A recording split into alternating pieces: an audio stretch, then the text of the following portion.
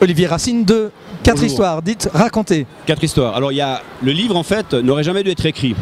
J'ai rencontré un jour Michel Onfray dans un bar, on a bu des bières et il m'a dit, après lui avoir raconté que j'avais rencontré Yann Moix, le chroniqueur chez Ruquier, à l'époque il n'était pas, Oui. il venait de faire son prix Renaudot 2013. Et donc à ce moment-là, quand j'ai raconté l'histoire avec Yann Moix, il m'a dit tu dois absolument raconter cette histoire et surtout comment Yann Moix s'est comporté, c'est-à-dire mal évidemment.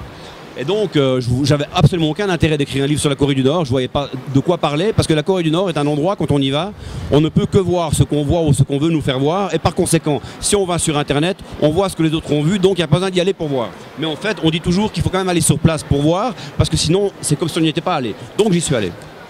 Indépendamment du livre qu'il faut que vous achetiez, votre impression, c'est surnaturel à ce point-là? Alors, écoutez, la Corée du Nord, c'est le seul pays au monde où on rentre à l'intérieur d'un pays avec plein de questions. Normalement, un pays, quand on y rentre avec des questions, on ressort avec des réponses. Et vous ressortez avec plus de questions. Avec plus de questions. Donc, moralité, j'étais encore plus frustré, vous voyez, que quand j'y suis rentré. Mais, ce que j'ai vu, c'est mystique, c'est impossible, c'est incompréhensible. Parce qu'on ne sait pas qui on a affaire. On est dans une station de métro, il y a 14 stations de métro, vous n'en avez que 2 ouvertes au public. On prétend que dans ces 2 stations où tout le monde est bien habillé, où tout le monde a l'air sain, tout le monde marche activement pour se rendre d'un point à un autre, on prétend que c'est des acteurs. Donc est-ce que c'est vrai, est-ce que c'est pas vrai? Évidemment on vous dit que c'est pas vrai, on vous dit que c'est des vrais gens qui travaillent.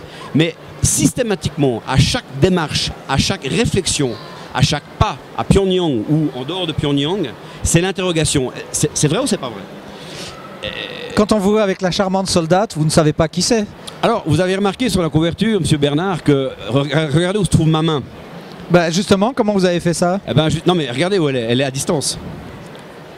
C'est-à-dire que quand elle ne sent pas votre main? Non, j'ai mis la main tout comme si je la prenais, ouais. Mais j'ai évité de faire ça. J'ai voulu éviter d'aller... C'était en tôle. Je voulais éviter les écorces d'arbres, parce qu'on mange les écorces d'arbres là-bas dans les camps de rééducation. Il y a de beaux arbres. Et puis il n'y a pas beaucoup d'arbres en plus, donc... et effectivement, quand j'ai pris la photo, je me suis mis un peu discrètement, rapidement comme ça, et la personne qui était en face a pris la photo. Ouais. Ouais.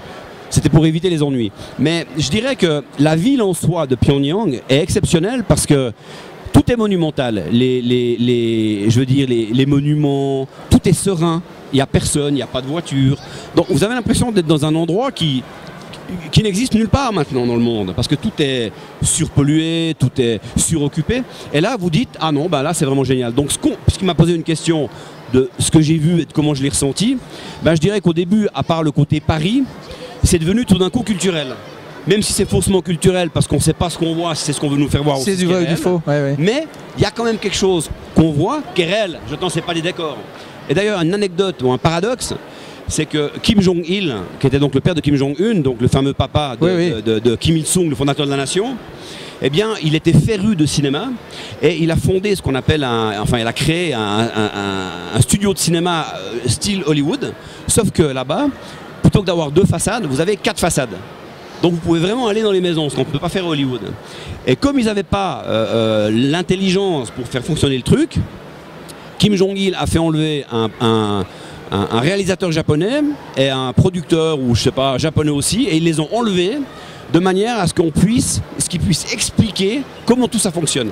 Donc ils ont été enlevés les gars, ils les ont posés sur place, et puis ils sont toujours où ils sont morts depuis, et ils ont créé de comment ça marche le cinéma. Et c'est un fou de cinéma, et d'ailleurs c'est dans ce cadre-là que j'ai rencontré Yann Moix, parce qu'il y a le PIF, hein, pas PIF la bande dessinée, mais PIF avec 2 F, et c'est un festival du film qui est organisé à Pyongyang régulièrement, tous les 2 ans je crois, et il présente des films tels que Pulsar, qui est une espèce de Godzilla coréen, qui représente le communisme, ou plutôt l'idéologie du juche, hein, puisque Kim Il-sung a fondé l'idéologie du Junce, qui est un mélange de stalinisme, de marxiste. Et en fait, l'idée, c'est l'autonomie du peuple, par le peuple et par l'armée. Et voilà. Et voilà. Et ben, non seulement vous êtes aventurier, mais vous êtes en plus de cela intarissable et très instruit, ça ne vous étonnera pas. Olivier Racine, on va dédier cette petite émission à 2 personnes. Je cite un ami, Nicolas Righetti, genevois, photographe, qu'il faut que vous rencontriez, et je lui ferai signe.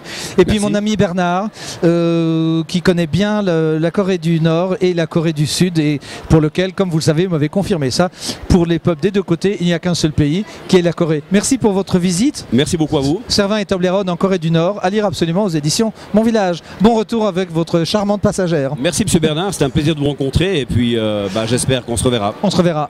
Bon salon, au revoir.